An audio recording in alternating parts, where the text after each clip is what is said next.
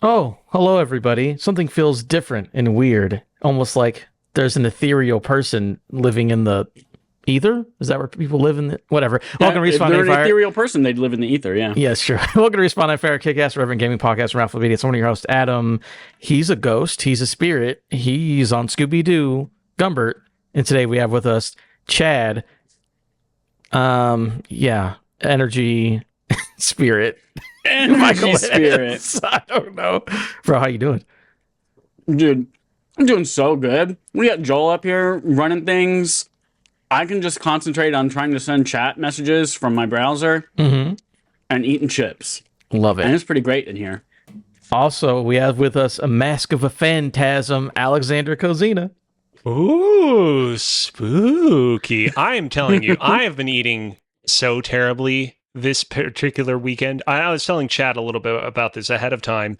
Yesterday, I made the chocolate muffins that were very popular during the Olympics. This is a whole hubbub during the Olympics about these delicious chocolate muffins that were all the rage in the Olympic Village. Someone shared the recipe for them after the Olympics ended, and so I went and made them myself. Very tasty, very snackable. And then earlier this week, one of my friends in the States was like, hey, McDonald's is doing a promotion right now where they're giving away Hello Kitty and Snoopy themed glasses, but only at Canadian McDonald's. Can you get some for me? And so I had to get 2 extra value meals to get 2 copies of the Snoopy and Hello Kitty glasses this time. Man, a lot of calories. I will say, any of that McDonald's memorabilia, you can just say, hey, can I buy the memorabilia? You don't have to buy a meal to get the memorabilia. They specified that I had to buy the meal. Who specified? Your friend or McDonald's? McDonald's. Oh, really? The actual people. They used to just be like, hey, give us $5 and have the fucking toys. We don't give a shit. No, they were very specific of you have to get an extra value meal, and then it's a $3 extra charge on top of that. Strange. Interesting. Were you rude to the person behind the counter? Because usually there's No. I'll do it. I get paid nothing for this, so like No, I don't care what you take. Whenever I have these sorts of interactions, I try to be as polite as possible because I know they have to deal with a lot of bullshit on a daily basis, and I didn't want to make them feel like, fuck, this dumb nerd is coming in because he really wants the Hello Kitty glasses. I try to make them feel as at ease as I possibly can. Joel Campos, the man behind the magic. How do you feel about McDonald's commemorative glasses? I feel like there's a bunch of them in my kitchen right now that my wife found at her parents' house, and I don't want them here. Ooh, I don't want them there. Wow, that's fucked up. Wow. Y'all remember those Pokeballs with the golden cards in them? Burger King? Yeah. Burger King, bro. Yeah, I had a couple of those. Good stuff. Not talking about memorabilia. You can catch us live on twitch.tv/AfroLady Sunday evenings at 8:30. YouTube podcast services, 9 a.m. Eastern time. We've got a whole lot of stories. I mean, there's like 15 news stories on the docket, but I'm only going to read one. You're only going to get one. I'm not giving you the rest because nothing actually happened. Our main story today. Some games got dates from multiple stories of VGC. Did they go out after the Homecoming dance? By the way, Spider-Man Homecoming. Why is it not like Spider-Man Prom? Well, I guess because he's only like 16, but it's weird that Homecoming is the thing that they focus on. Homecoming has multiple meanings in that movie. Yeah. Yeah, it's not just about homecoming at school. It's also about like actually coming home. Okay, very true. Yeah. Dragon Age The Veilguard finally has a release date. BioWare announced that they expect to see it on Halloween, October 31st, 2024. This news came alongside a release date trailer showing Solus conducting a ritual that's interrupted in a fight between the Veilguard and a group of corrupt elf gods. Ooh, those elves, they're bad. We can expect a lot more information about the Veilguard in the coming weeks, thanks to a roadmap published by BioWare. Basically, for like the next 2 weeks, they just putting stuff out every other day. It was a good trailer. But now I still feel like, going off of last week, I have to play Dragon Age Inquisition at some point to determine if it's a better game than Okami, the 2006 Oh my god, I totally forgot about that. Zelda-like. What a waste of 100 hours of your life for that specific reason to do it. Yeah, that's a waste. Yeah. Chad, I've not played a Dragon Age game before. Are they known for being spooky scary? Because the 31st is a Thursday. Yeah. Games usually release on a Tuesday or a Friday. So the fact that you're choosing Halloween for a reason, that's usually like, oh, I expect this to be like Killer Clowns from Outer Space or an Until Dawn type game or something like that. But this is why did they force a Thursday? I think they just wanted to be in October, probably, to get ahead of Black Friday and the shopping season. But also, I mean, there is spooky stuff in Dragon Age. It's not a spooky game, but like there are ghosts and phantasms in all of those games at some point. So, I guess it makes sense. Okay. That would be, put a pin in that real quick. That would be a fun idea for the future, is going over examples of games that released on major holidays that don't necessarily have anything to do with said holidays. Because there have to be some games, it's not often, but some games that have released on December 25th. Other games that have released on October 31st. I wonder if anything's ever come out on 9/11. I was thinking of 9/11 too, Chad. That was the first thing that popped into my head. There was some major Nintendo thing that came out on 9/11 a couple of years Mario ago. taking down the towers. I don't remember it. Here we go. On this day in gaming history, looking at specifically games after 2001, so they knew what they were doing. Yeah. Dynasty Tactics on PlayStation 2. Yeah, of course. Yeah. I'm gonna pick and choose because there are quite a few. Starsky and Hutch, the Xbox version in 2003. Drakengard, is that like that's Nier. Yeah. That's like the prequel to Nier. Okay, kind of. Yeah, that was 2003. We got Lego Star Wars 2, the original trilogy. We got Peggle Extreme in 2007. Ooh, never forget. NHL 2K8. Megami Tensei Gaiden, Shinyaku Last Bible. That's not a real game. Oh, cozy. In 2008, on 9/11, Bionicle Mystica was released. A browser game. There's Mystica. It's a browser game. Okay, because Mystica was the name of the toy line, one of the two toy lines that released in 2008. That was the Swamp toy line. The idea is that they had to go into the core of the Bionicle universe to reset Matanui's heart because he was dying. And basically the first half Isn't that Moana? of the toy line, they were like flying in the air. Like the villains were all like coded like vampires. And then after that, they had to go into the swamp area, and it was an irradiated swamp. And it basically mutated the Makuta to become all insect-like, and it basically stinted their ability to morph into other forms. So they were all stuck in these insect forms. It was a great culmination to like a 8-year-long arc. It was an excellent time. Holy shit. Okay, so that was what, 2007? 2008, I think, yeah. 2008. That's the plot of Moana. In 2016, Pixar fucking ripped off. They got to go to Motunui, and there's Tafiti, and they got to restore her heart. Yeah. I'm sure it's not a Pacific Island like mythology. I'm sure it's just from Bionicle. It's just from Bionicle. Good Lord. Devolver Digital has announced a release last date. one. Alien Monopoly. Okay, we're done. Very good, Chad. Devolver has announced the release date for the highly anticipated action-adventure game, The Plucky Squire. The game, which would take place inside a storybook and its surrounding environment, will be released on September 17th on every console and PC. It will also be available as part of PlayStation Plus Extra and Premium subscriptions on the same day. So I drafted it to my Fantasy Critic draft. I'm hoping it gets me many points. I expect it to do pretty well. And last, and definitely least, Sony Interactive Entertainment and Ballistic Moon have confirmed the release date for the upcoming re-release of Until Dawn. The game, which is being rebuilt and enhanced for PS5 and PSC, will be released on October 4th. The developers I love that's a quote. Rebuilt and enhanced for PS5 and PC. Like, they have cleared up. This is straight up, guys, not remaking this game. This is like, we're just making this run on new consoles. Well, it says rebuilt. Can't forget that first part. Yeah, rebuilt is still like the same exact game. From the ground up, the same game. The developer has also announced some new accessibility and usability settings not present in the original game. We created a new optional alternative for the don't move mechanic called Stay Calm. Stay Calm is for third-party peripherals that do not feature gyroscope or for players who prefer a different challenge. That's right. So, with all of those fun release dates out of the way, the back part of the year is looking more and more clear. Speaking of more and more clear... Segment from Adam. I know we've done that one before, but that's the Final It's all Fantasy. good. I like it a lot. You won the battle. Hey, Joel, what would you rate Chad's transition on 1 to 10? Oh, shit. 5.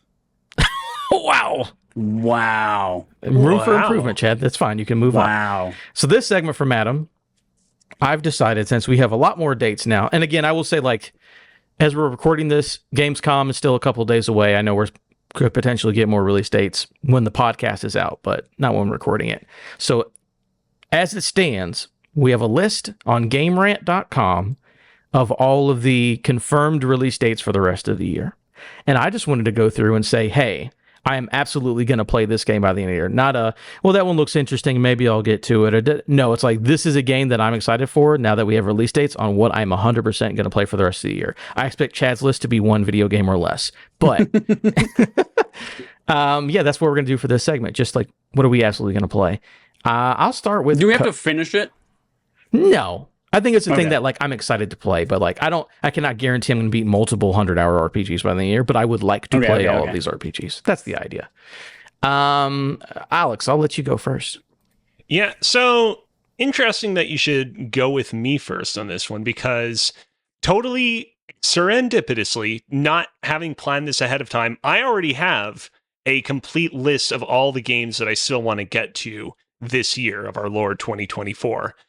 Basically, I'm the kind of guy that, you know, I'll be walking down the street, everybody that you meet is something, something, something, and I'll be like, you know what? Hey, there's a game that I got to get to at some point in the list. I feel like Adam appreciated that reference, but no, it's very good. I will say, though, this is a list for the rest of the year, not for what we didn't get to yet. Okay, so I want to preface this by saying that there are a couple of games on this list that perhaps did not come out in 2024, but this is primarily a 2024 games list. Games that have not come out yet in 2024. Oh, so I think you misunderstood the assignment. I think you misunderstood. I made sure to clarify. But I want to make it clear that it's not like I misunderstood the assignment. I already had this list ready to go. All right, I'm just going to list the games that have yet to release this year. Sure. We'll circle back around to what you want to get to, because that sounds fun. We can still do that. Sure. Yeah. Let's see here. I want to play Emio, the game in the Famicom Detective Club, the one that Nintendo advertised with that creepy trailer that everyone thought was going to be something else that ended up being a new entry in that particular series. I want to play Mario and Luigi Brothership, the upcoming Mario and Luigi game. I want to play, what else? The Legend of Zelda. Echoes of Wisdom. I was trying to remember what the name was. And I know this is borderline, but I do want to play the PlayStation 5 version of Vampire Survivors when that finally releases. And that is my list. So your list for the rest of the year is just keep playing more Switch games, huh? I mean, basically, yeah. Gotta say before it dies. Exactly. We need someone playing those games. As soon as you start playing a Switch, when Switch 2 is announced, you're a fucking loser with last year's console. Yeah. You're just a throwback boy, whatever they call that. Chad, what do you got coming up that you're interested in for the rest of the year? It still technically counts, even though it's coming out in 2 days. Oh, it'll count. Okay. I want to play Black Myth Wukong. Okay, there we go. Okay. Yeah. It's been since Lies of P that I picked up a Souls-like game, even though from previews I'm hearing that it is not as Souls-like as it might appear. And yeah, it looks. I am not going to beat that game, just like I voted for Lies of P to be our game of the year last year without having beaten it as well. But I will probably sink a few hours into it at the very least. Astrobot coming out September 6th. That's just a couple of weeks afterwards. That thing is ready to frickin' own my life for a good few days. Astrobot. I glossed over it, but Astrobot was on my list as well. I think I might have accidentally confused it and thought it was. Your list is locked in stone. Your list is nope. You can no longer play Astrobot. Can't play Astrobot. If you play it before December 31st, your glasses from McDonald's shatter. In your hands. No. Yeah, they shatter in your hands while you're drinking. You're not wearing your glasses because it's late. It's like 2 a.m. You just woke up to get a drink of water, and the shards of glass go into your eyes, and then you can't see your games anymore. Can't see Astrobot. If I send them to my friend in North Carolina, do they still shatter a million miles away from where I am? You know what's crazy? Astrobot. 30 days later, you open your cabinet, there the glasses are, they explode in front of your face. Oh my God. Yeah, and then you go sit down and the landline rings, we don't even have a landline. What's going on? And then you find a phone that's somehow plugged into your wall and you pick it up and it says 7 days. And then this girl comes out of the TV and kills you. Yeah. I want, for the record, we do actually have a landline. We have those annoying phones that are like, call from. We have one of those phones. You can get some new batteries in those phones. Yeah, we do. Or we just need to get a new phone. But at this point, it's like, why bother? Fair enough. Yeah. Is So that yes, it, Chad? Astrobot. Very, very, very excited. I got that controller coming to join all the other controllers I'll never use because I only use a DualSense Edge now. Diablo 4 Vessel of Hatred. Vessel of Hatred. October 8th, baby. That'll I'm going be to fun. play through the story of that thing and never touch it again until the next expansion. That's fine. And then here's another one that I will definitely play. This will probably be a Christmas break game. Dragon Quest III HD 2D remake coming out November 14th. I'll say, is that this year? I didn't That notice is on this the year. list. Very Dragon nice. Quest III is on that Game Rant site you sent I believe us. you. My eyes just gloss over it. But 1 and 2 are coming next year. The Dragon Quest 1 and 2 HD 2D okay. remake are next year. So yeah, I was looking at that list and I was very, very happy to see that it's like one game each month that I'm even interested in playing, because Lord knows I'm not going to be able to pull myself away from all the things that I'm playing, all these 100,000 things that I'm playing right now. Yeah. Yeah. The one thing you're playing right now. Yeah. I got you. All right. For me, this is I don't know how many of these I'll actually get through, but I plan to at least play all of these before the end of the year. Number one, I just went in not alphabetical order, not numerical order, chronological order, the order of the time. Number one, Star Wars Outlaws. Super excited for it. I think it'll be good. That'll kind of go along with the other Ubisoft game, Assassin's Creed Shadows. My plan is, I've been planning to play both these games anyways. I'm going to try out a month of Ubisoft Plus. Because Outlaws comes out in August. Shadows comes out November 15th. So I'm thinking like November 1st, maybe I'll subscribe to Ubisoft Plus for like a month, play Shadows for the 2 weeks before, play Assassin's Creed for 2 weeks, and see if I want to either stick with that subscription, cancel it, or go buy the games. Is that a PC nerd only subscription? No, you have to subscribe on PC, but then you can use it with, I know you can use it with Xbox. I don't know about PlayStation, maybe, probably, but you have to sign up. You can't sign up on a console, but you can play on a console. Did you Probably know, because they don't want to pay Adam, the 30% to the console platform. Absolutely. Did you know, Adam, that when you sign up for Ubisoft Plus, you're actually going to increase the number of Ubisoft Plus subscribers by 100%? I don't think that's true. It's true. It's got to be more than that. But no. I didn't realize it was like day one games on Ubisoft Plus. Oh, What is yeah. it- It's what's like the Ubisoft Ultimate Plus? Edition of Here's Day the One thing. games. Have I heard of Ubisoft Plus before? I don't know. I mean, intuitively from the name of it, it is. I assume it is Ubisoft games. It is a premium subscription that allows you to play a selection of games. But is it like day one stuff? Day One games. It's the Ultimate Edition, so it'll be like the 3 days early or whatever. Oh wow! What does it cost for that? I think it's like $17.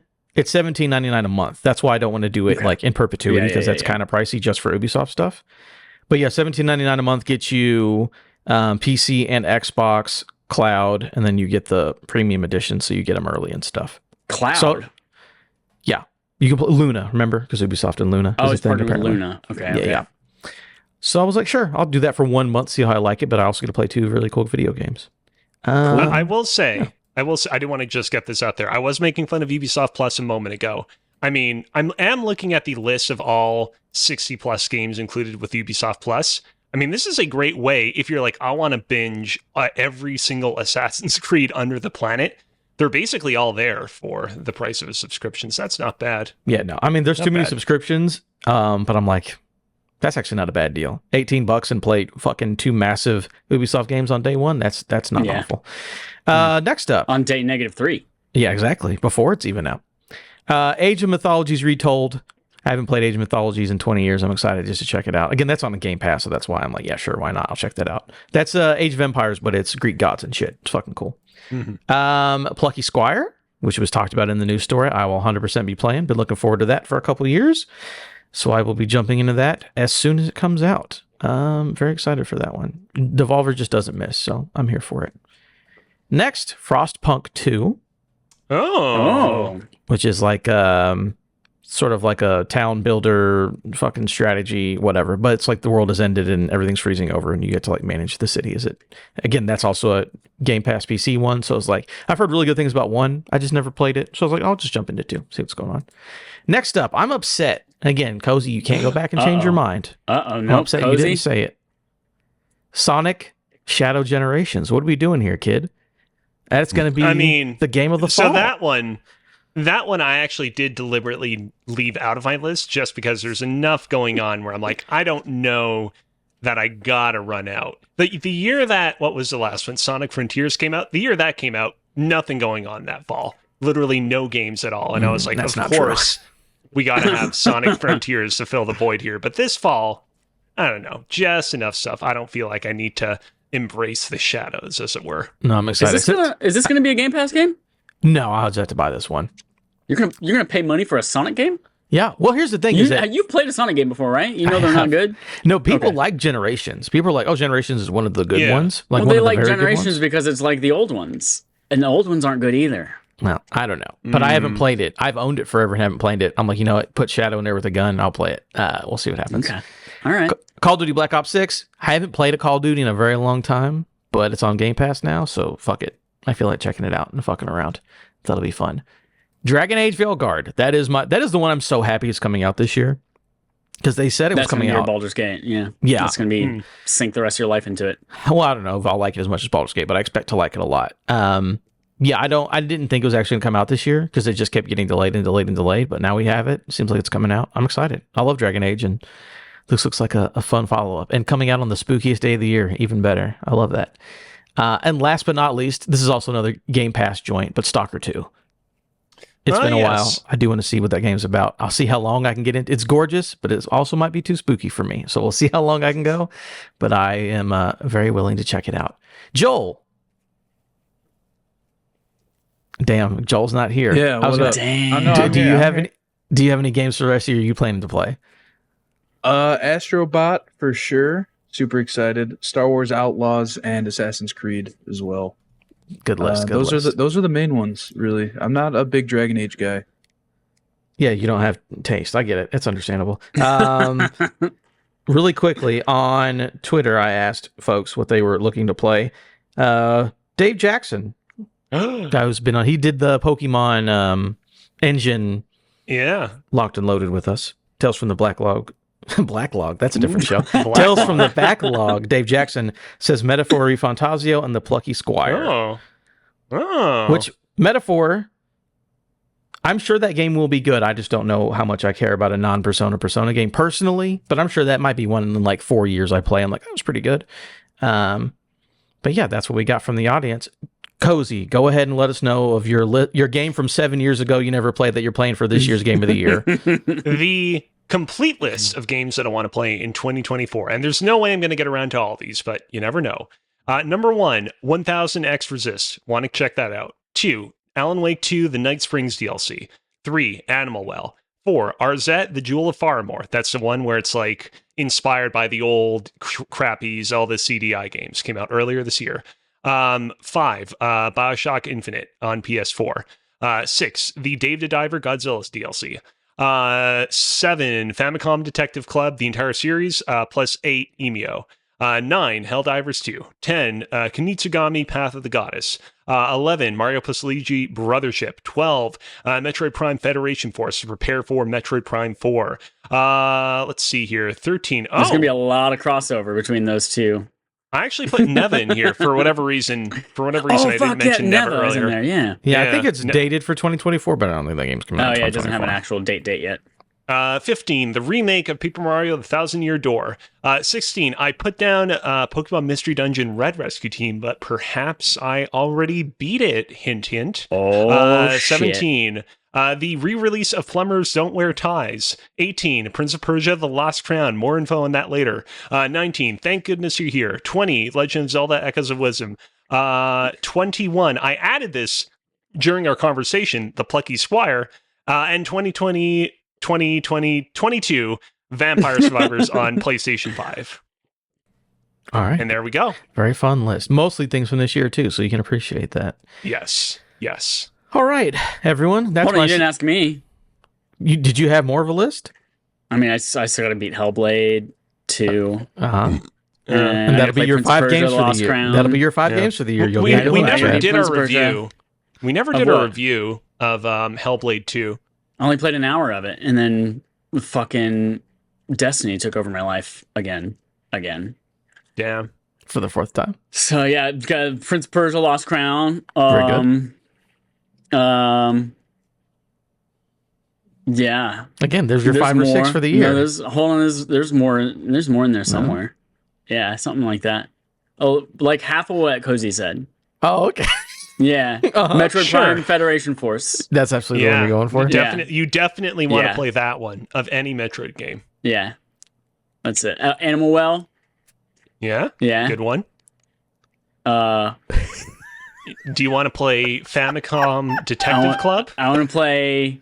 I want to try the First Descendant. I got to download it. I just haven't opened it. No. With that free to play game, Okay. go for it. Yeah. I want to do the Alan Wake 2 DLC. Yeah. Lorelei and the Laser RZ? Eyes. Oh no, that's actually a good call. Lorelei and Laser Eyes will be. Yeah. You'll fuck. Yeah. Plumbers Don't Wear Ties. You want to play that one? No, I don't That's a pervert want to game. know what that is. That's a pervert game. Don't worry about It it. sounds like- it do you sounds not like a know pervert game. about Plumbers Don't Wear Ties? I don't know about Plumbers Don't Wear Ties, but I assume they're also not wearing any other clothes in that game. This was like a famous angry video game nerd episode from years ago. Go look it up.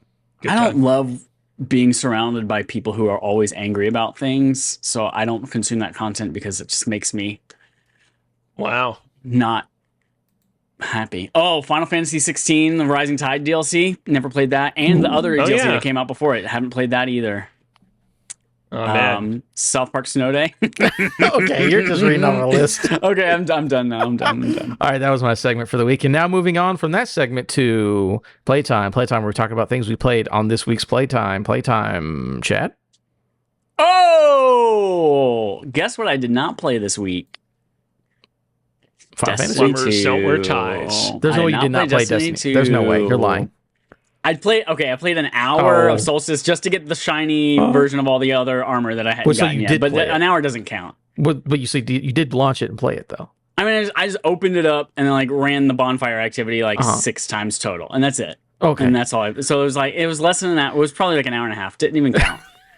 It was 7 hours. Didn't even count. Did I put these in here? Did someone put these in here? I didn't touch that. Oh no, these are from last week. Okay.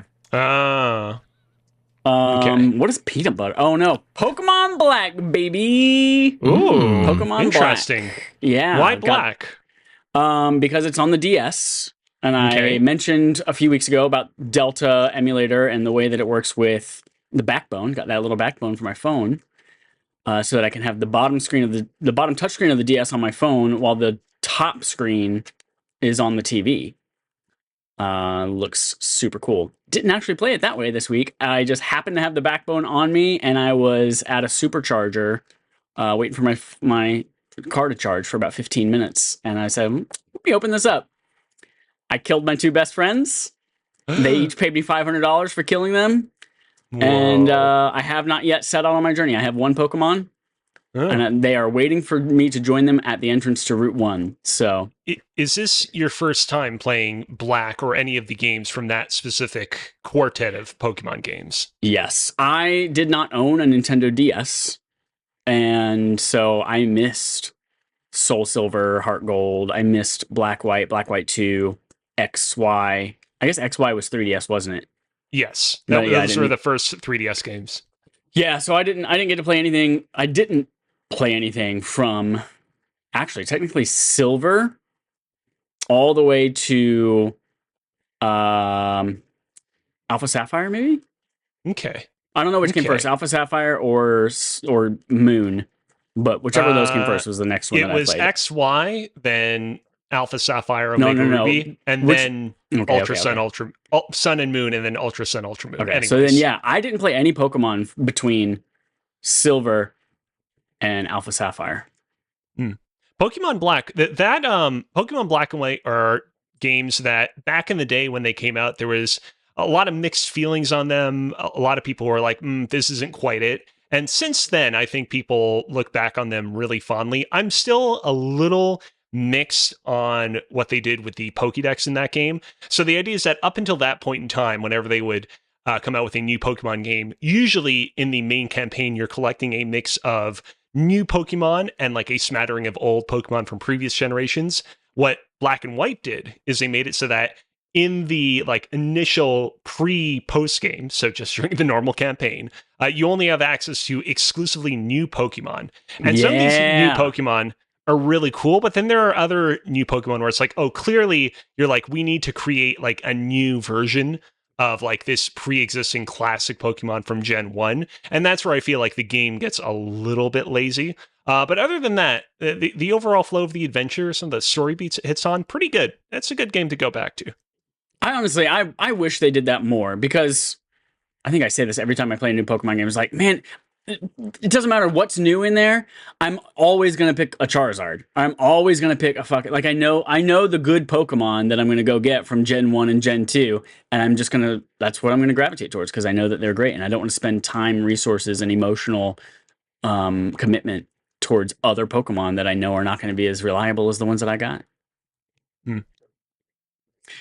So yeah, I played that a little bit, and by that I mean like 15 minutes. And then I played about 15 hours of Final Fantasy VII Rebirth, baby. Last time we checked in, I had beat the game. I had also become the ultimate party animal, meaning that I cleared all of the minigames with better than expert score in the Golden Saucer. And now I'm mopping up everything that is not the hard mode run. And what that includes, it's really fun. The platinum trophy, or the trophy list on this thing to get the platinum, there are a lot of like mini games and things like that that aren't listed as trophies. You're like, oh, cool. I don't actually have to beat the highest score on the Cactuar Crush fucking miserable fucking game with Aerith because she's slow as shit. I don't have to do that. Great. Awesome. I don't have to do this other minigame. I don't have to do this other thing. And then it turns out one of the trophies is this hotel. And you have to get a bunch of little things to put on the wall of the hotel. And guess what? There are 88 of those things, and many of those things are beat the hardest Cactuar thing with fucking Aerith, and beat this minigame that we didn't have a trophy for. And it's like, you fucking, there's little trophies within trophies. Yeah. So mopping up all of those, and I have just, as of 20 minutes before I got on here, well, actually, it was like 5 minutes before I got on here with Joel, but 20 minutes before we got on for the podcast, I have officially beat the hardest team battle in the Chadley Battle Simulator. Amazing. Which is like several bosses on hard mode that are several, like 2 summons at a time sometimes. The final one is a special, like, wild version of Sephiroth. It is, from what I've read online and the many tutorials and builds and things like that I have scraped and rebuilt and tried and scraped and rebuilt and tried, these are harder than any of the battles on hard mode. So I think I've got the hardest content of the game out of the way. Nice. And I am just now 6 single battles from getting that trophy, and then all I have to do now is beat the whole game on hard mode. And by whole game, I mean I don't have to do any of the side quests. It is chapter select, so I can just go to chapter by chapter. The map is unlocked, so I don't even have to worry about like traversing. I'm already fully leveled, so I don't have to even worry about fighting anything that's not part of the main golden path. So I don't expect that to be too difficult. By the way, Adam, earlier Chad referenced the Chadley Battle Simulator. There is actually a character in the game called Chadley. He wasn't. I know. I've listened to Jericho. Everyone hates him. Chadley's a piece of shit. I hate Chadley. I've been waiting to chime in. Chadley sucks. Damn. Chadley's fine. And then by the end of the game, you're like, fucking, why do you keep needing all this shit? I gave you enough. By the way, just real quick, throughout this segment, Joel has been killing it with the video footage of all the games we've been talking about. Joel, you showed briefly on screen the Moogles from this game, and I had completely forgotten that the Moogles in Final Fantasy VII Rebirth are just hellscape creatures. Like, we want to talk about characters from Final Fantasy Rebirth that are deserving of our hate. I think the Moogles are far more deserving. Unpopular opinion? I prefer the design of the Moogles in this game to the Moogles in any other Final Fantasy game. Wow. However, the chasing down the Moogle minigame is probably one of my least favorite things about this game ever. Wow. Yeah. Would you want one of them to live with you, Chad? Yeah, you as wanna long as I hang don't out have with to them? fucking chase them while they throw tornadoes at me. Would you like it if they just came and cuddled in your lap constantly? Oh my What is he god. Oh talking my about? god, And then when you Cozy. would when you would try to take them off you, they would just bite you real hard in the neck and be like, "Come on." What are you talking about?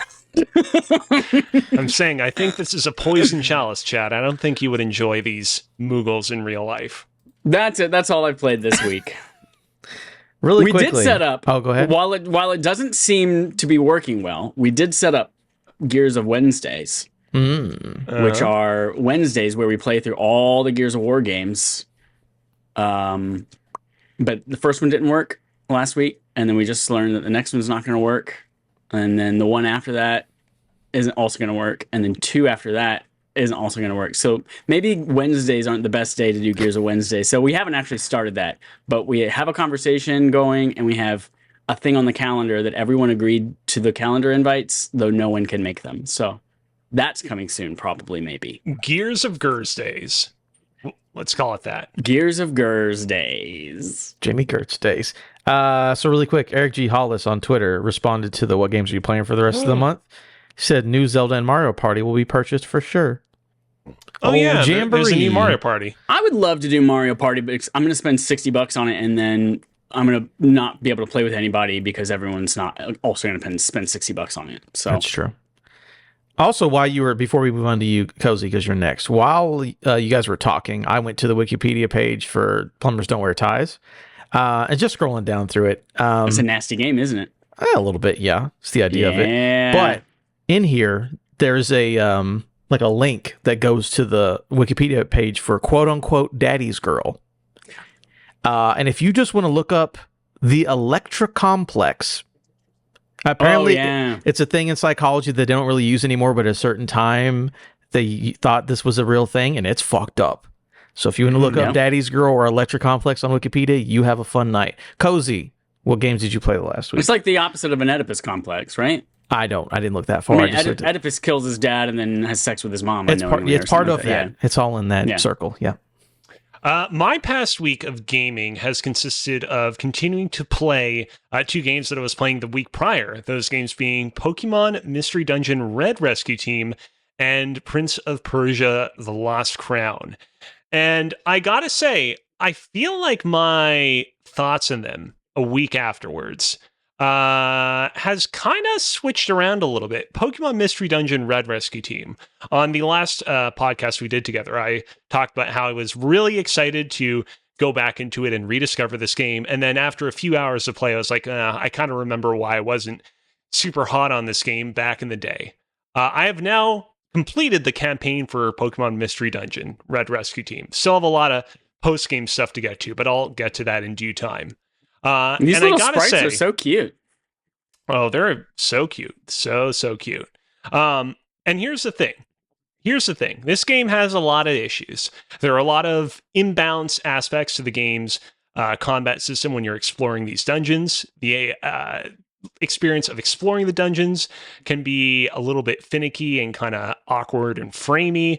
All that said, however, once you kind of wrap your head around the game's eccentricities and just sort of accept its flaws for what they are, the game, I think, really reveals itself to be a really solid experience. A really solid experience that actually hits on some really strong emotional beats, especially in its final hour, that I think still hit hard even today, as much as they hit hard back when the game's first release in the mid-2000s. I was very pleased with this game, and while its occasional moments of frustrations can continue to rear their heads, I'm excited to kind of continue playing and get to a lot of the post-game stuff, because this is a game that I wanted to 100% complete back in the day, and that I ended up dropping just because I got super frustrated. And so I'm excited to finally see a lot of this content that I never saw back in 2004, 2005, whenever the game originally released. Look at this, your little Kyogre walking around protecting a little Weedle. Yeah, you can. Let me tell you though, getting access to those legendary Pokemon, getting them recruited to your rescue team, very difficult. So, and I know I just heaped a lot of praise on this game, but like the way that you recruit Pokemon in this game is totally borked. Where mainline Pokemon games, it's very standard. Everyone knows it. You weaken a Pokemon a little bit, throw a Pokeball at the Pokemon, fingers crossed, you catch a Pokemon. This game, you fight Pokemon and you defeat them, and there is a 1 in a bazillion chance that that Pokemon will then revive itself and be like, yo, I want to be on your team. And you're like, okay, cool. So you've got the Pokemon in your team now, right? Not exactly. Then you have to complete the dungeon that you're currently in. And maybe you can artificially end your current tour of your dungeon early by using an orb that allows you to teleport out of the dungeon immediately. But if you don't have any of that stuff, you have to either complete a mission within the dungeon or reach the end of the dungeon, which could mean having to trek through like 20, 30 floors, making sure that you keep your weakest shit new partner alive. It's not great. But again, the game, I've gotten to the point. Can you save scum like we used to do when we were kids? Like, if you accidentally kill Mewtwo while you're trying to catch him, you just turn off the game and turn it back on. And I mean, that's the thing is, like, I do need to preface all this by saying that, of course, it's easier to do that now than it ever was back in the day, because now on the Nintendo Switch, I can save states, and I can... The game even literally allows you to just, like, backtrack a little bit in your playtime and, like, not even rely on save states if you want to redo certain sections. So I totally have access to all that stuff. I don't want to use it, though. I just want to play the game as legitimately as possible. But that's just the freak I am. All right. Moving on. So yeah, Prince of Persia: The Lost Crown. Other game I've been playing. Have not beaten it yet. Where did that crown go? Where did that crown go? Lost in time. We're not going to get him any more crowns if we can't keep track of the crown he's got right now. So when I last talked about this game on last week's podcast, I was like, I'm enjoying it a lot so far. I still feel like I haven't quite gotten fully into the rhythm of it, but it's already revealing itself to be a really great Metroidvania. I love the map system, so on and so forth. I'm now like quite substantially well into its campaign. I still have a fair bit to go, but I've at this point uncovered what I think is most of the map. And I still feel like I'm not 100% connecting to it. I will say I did just get through a pretty long segment of the campaign where there hasn't really been a major story beat in quite some time. I was basically told, hey, you got to go awaken this thingamabob in this one very remote location to progress the plot and potentially save this one character who may or may not die in this other location. And to do that, you got to travel to this location, you got to travel to that location, you got to bip-bop all over the map to collect a bunch of MacGuffins and abilities and advance the story. Give it to it, bop. Gameplay-wise, the game remains as stellar as ever. But yeah, I find myself wanting a little bit more out of the game. But I still have a lot of play hours to go. We'll see how I feel when I get to the end. And yeah, that's what I've been playing. Dope. I have not mentioned Skibidi Toilet once a week for a month. I literally just learned what Skibidi Toilet was like a week and a half ago. I swear you've mentioned Skibidi Toilet every week for at least 3 or 4 weeks. That's not possible. I feel like unless I happen to organically come up with something called Skibidi Toilet without already having known what Skibidi Toilet was. I don't know. Check the tapes. Send them the files. So as for me, I only played one thing of importance, one thing that's new and interesting. Joel, you can unmute yourself for this. We jumped into the new season of Fortnite. Me and Joel specifically. Yeah. And friends. But the interesting thing that I did is I played it on mobile. Oh, it came back, baby. Ooh. So what I was doing is, because the new season's out, it's all Marvel stuff, and that fucking, let me tell you, getting the War Machine jetpack and the War Machine gauntlets and Captain America's shield all at once, you're a fucking god. It's wonderful. Joel knows exactly what I'm talking about. Did they pull it from Android too? Like, I know Apple banned their developer account for Yeah, because I don't know how it all worked. I just know that there was a tweet last week that were like, hey, we're back up in the EU on iPhone and Android, and we're just on Android, period. So I clicked on the link, I downloaded the store, and I downloaded Fortnite. And I'm like, oh, cool, I'm playing Fortnite mobile, but in mobile servers. And I was like, hey, guess who has a Bluetooth controller? And guess who other people are using fucking touchpad? Let me tell you, I just knocked out all of the weekly quest in like 2 sessions because I was playing against people using touchscreen. Oh, it felt so great. So Fortnite's back. That was fun to just play that on mobile again. But then, yeah, me and Joel jumped together. We had a full squad of 4. We're just out here having a good old time, man. I'm loving it. Like, it's all bullshit. It's so fun. I'm into it. Who are you playing as? What skin? I'm just playing as my old skins. Joel finally figured out how to change his skin, which was fun. No, okay, hold on. I know how to change my skin. I just figured out how to have it auto rotate to my preset skins so that I can set like a bunch of presets with a bunch of cool skins and have it rotate every match. But we had to go like 4 times though to do it though. Like you kept going in, it's like it's the same skin again. The system is so confusing for setting a random preset. Like it has to say random on, but when it says random on, you would think that you have to click that to turn random on. It's very confusing. It's really it needs to show random on instead of you clicking on random on, which I agree with Joel is stupid as hell. But no, we had fun. Yeah, my skins, Chad, I have 35 presets.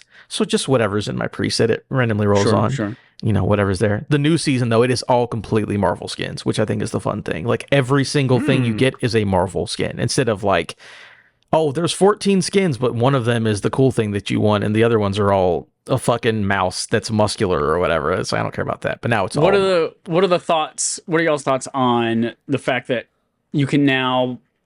They will sell Battle Pass only skins, but they're exclusive to Battle Pass for 18 months. But then you can, after a year and a half, you can then buy anything that was exclusive to the Battle Pass. I think that's great. Because like when I wasn't playing it, like they had a Spider-Gwen. I was like, fuck, I wish I could get Spider-Gwen, but I literally can't anymore. But if they did the 18 months later, I should be able to get Spider-Gwen in the next month or two.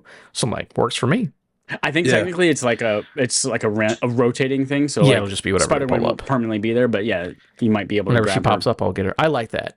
I like that, you know, the people who care so much, like, oh, I was there to earn it. Cool, but I just want to buy Spider-Gwen. You know what I'm saying? I don't give a shit about the rest of that. But yeah, no, the last skin you get in this, Chad? Well, the next to last skin, Shuri. Oh, cool, Shuri. Your last skin is Shuri transforming into Black Panther. Oh, so I got to get to so like mid-transformation, she's like, oh, yeah, she's stuck halfway in the suit. No, you can just like halfway on an Animorphs cover. Yeah, exactly. So now excited. Items are fun. There's Marvel bad guys in the middle of the map. It's fun time. So yeah. To go back to the topic of them selling skins in the Battle Pass, 18 months in the future, it's honestly surprising that it took them so long to implement that, because one thing we know about Fortnite is they love making money, and just having skins that can't be got anymore, or, charging people for them anymore is kind of crazy. Yeah, I'm with you. Yeah, right? Because that's the thing for like this last season. The reason me and Joel started playing so much because I had to. It was the Wasteland season. I was like, fuck. The only reason I wanted this season is because they had power armor from Fallout, and I had not gotten to that level yet. It's like, fuck, I got to grind it out. But I'm like, yeah, I remember Joel has a Mandalorian, Mando, but all of his armor parts look like shit because he didn't do the quest in the season. I remember to get full that was like Beskar. the one time I played Fortnite was when that was. Yeah, you had to level up your Beskar stuff. Mando looks like shit, and mine looks great because I actually was there playing it. So that'd be nice if you can go back and just like give us $10 and he looks good now. I don't know, whatever. Yeah, but does I don't Fortnite know have the ability to buy? Can you buy Battle Pass levels in Fortnite? Oh yeah. Yes, yeah. Oh, you can. Okay. Adam can confirm that. I did do that. I had to get to level 70 and I was at level 62. I was like, I'm just going to buy 10 levels to get the fucking power armor. I'm good. Let's go. The thing with the announcement for the selling of Battle Pass skins, though, is I think that they said it's just from here on out. I don't know that it's going to be retroactive. It might not be retroactive, yeah. Oh. We'll see when we get there. But I bet there is something weird where like, if they sell a Star Wars skin, or if they had a Star Wars skin back then, they probably didn't have any kind of like agreement where like they're not going to sell Luke Skywalker for $10 4 years from now or something. Yeah, 4 years from, because they probably didn't talk with Disney because that was not something you could buy back then. You could just get it. So yeah, interesting. We will see. But anyways, that's all I played. That's it for me. What does that bring us to? Not the KKK. Cozy's question corner of the week. Cozy's.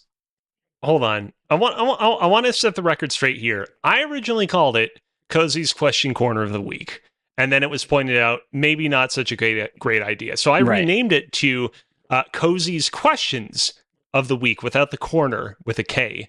But then somebody went in the doc and renamed it back to the original problematic name. No, it was not me. I mean, there's no way of knowing who it was now because so many edits have been made and we can't keep track of who made it. Who has access to this whenever doc. who did it. Yeah, who? That's and a good everyone point. signed in. like Everybody I'm put your sure. hands in the air. We have to figure out who it is. Who's typing? Shit, they're on to us. They're watching the podcast live. Oh shit, Anonymous Narwhal is typing me. Oh shit. That was a really disturbing anime song from like a couple years back. Anonymous all Narwhal right. was an anime song? Joel, I'm gonna give you a chance to participate in this a little bit. We're only gonna do 2 questions per usual, but I will let you and Adam be the 2 people Ooh. picking this time what numbers we're gonna be choosing. Why? from. Because I give you a hard time every single week. No. You actually you're on my good list for this week's episode. I just needed to. I don't know. I was on the spot. I had to choose between Chad and Adam. You know what, Joel? Just so that it doesn't seem like I'm biased towards Chad or Adam or one or the other, I'm gonna let you choose both numbers. Yo, what the fuck? Oh shit. I want you to choose That's 2 numbers racist. between New is always 1 better. and 19, but including 1 and 19. So 1 and 19 inclusively. Whole We're gonna go integers. We're going to go And 16. you can't repeat the same number. Okay. And we're going to 16 go 12. and 12. Ooh, interesting. Interesting. The age These of are consent in North Carolina and the last year before you're a teenager. 2 questions that pertain to old ass things in a way. Number 12. What is your single earliest memory? Just in life. Yeah. First Pretty day of much. preschool.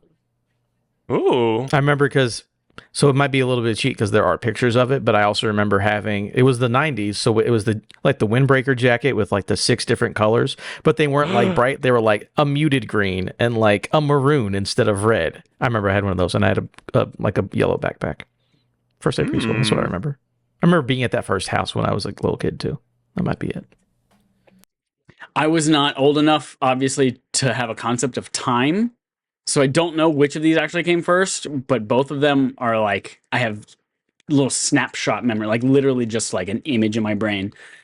One of them is standing in front of my 3rd birthday cake, which was a Raphael Ninja Turtle birthday cake. And then the other one was sitting in front of the Nintendo playing Gauntlet 2 with my mom, my dad, and my brother. And that's, Ooh. I don't know which one of those was first. Nice. Way back in the day, way back in the day, the Cozina family used to live in another house located in another section of Montreal that I don't know where it is. So unfortunately, I can't give you any more specific Montreal's in details in Canada. that. Yes. In the British Protectorate or something or other, whatever it is that it's called. We worship the king here. I don't know if you know that, Chad. You always make fun of me for it.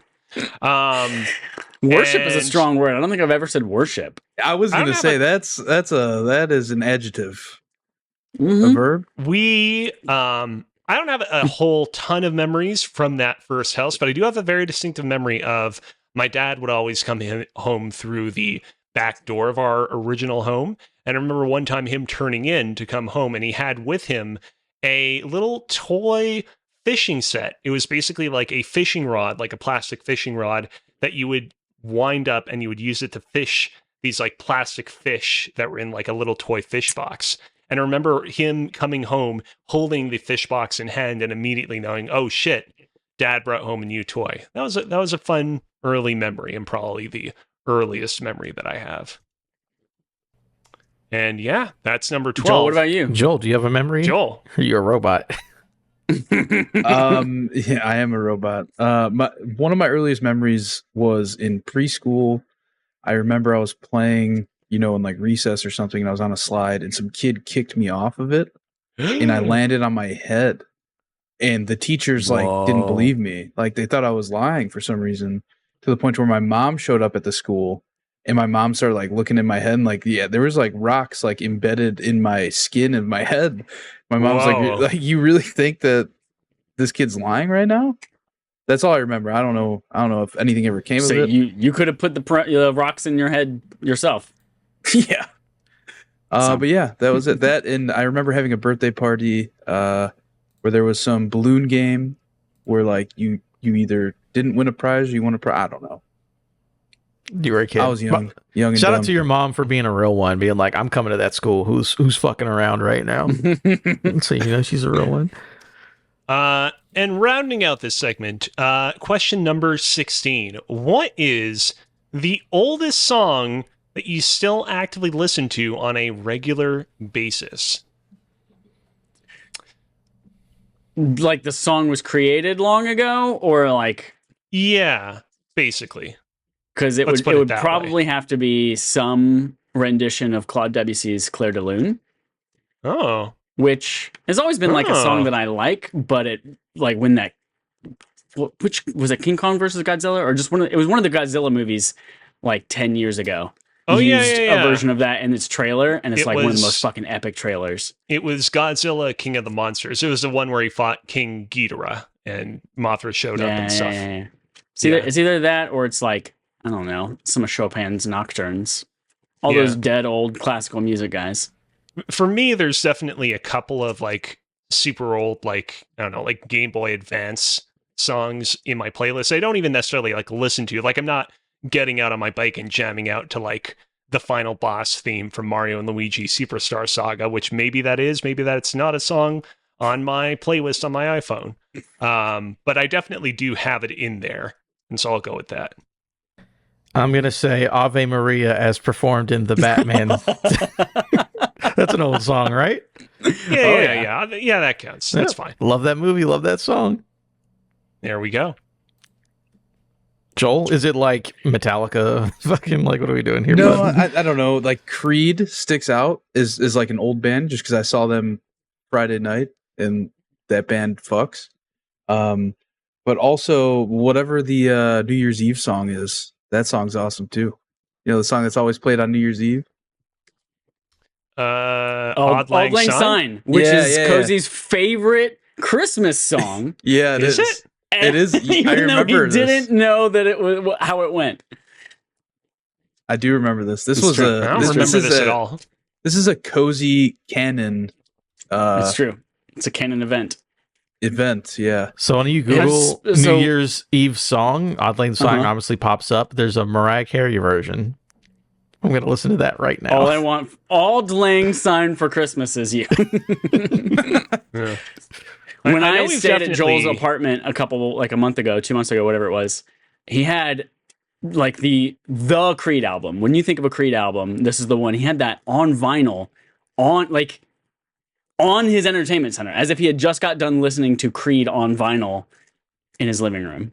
I did. That dude loves Wow. Creed. You're 100% right. Yeah.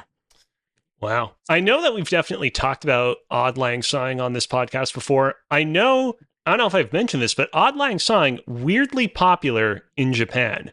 Like they weirdly like evangelize that song as like a traditional Christmas holiday season song in a way that you wouldn't expect in that side of the world. Guys, But I it's This is true. the New Year's Eve song. I just listened to Auld Lang Syne, and I swear to God, what I think that was like a national anthem. I thought that was like in America, like the same No. thing as like My Old Kentucky Home or like My Country 'Tis of Thee. I thought that this song was one of those because it's an old timey people singing about forgot, don't forget 9/11. You know, it would have been one of those. Don't forget Bionicle Mystica. Yeah. Okay, very good. Hmm. Don't forget Let me Moana. I want to just read very quickly. This is the Wikipedia entry for Hotaru no Hikari. Hotaru no Hikari, meaning glow of a firefly, is a Japanese song incorporating the tune of Scottish folk song Auld Lang Syne with completely different lyrics by Chikai Inagaki, first introduced in a collection of singing songs for elementary school students in 1881. It is commonly used during graduation ceremonies at the end of the school day, and many stores and restaurants play it to usher customers at the end of a business day. Well, and it's also their closing popular time. on Japanese New Year's Eve TV show. So I was mistaken about it being a Christmas song over there, but it is very popular there, albeit with different lyrics, more suited to the country. Apparently, Beyonce also made a remix of Ave Maria, which I'm about to listen to right now. Ooh. Continue. All right, no, we're done. We're done. That's it. Thank We're you, done. Cozy, for your questions. We don't have a game on game show this week because I didn't remember to do one until I played a lot of Final Fantasy VII, y'all. Give me a break. Fucking give me a break.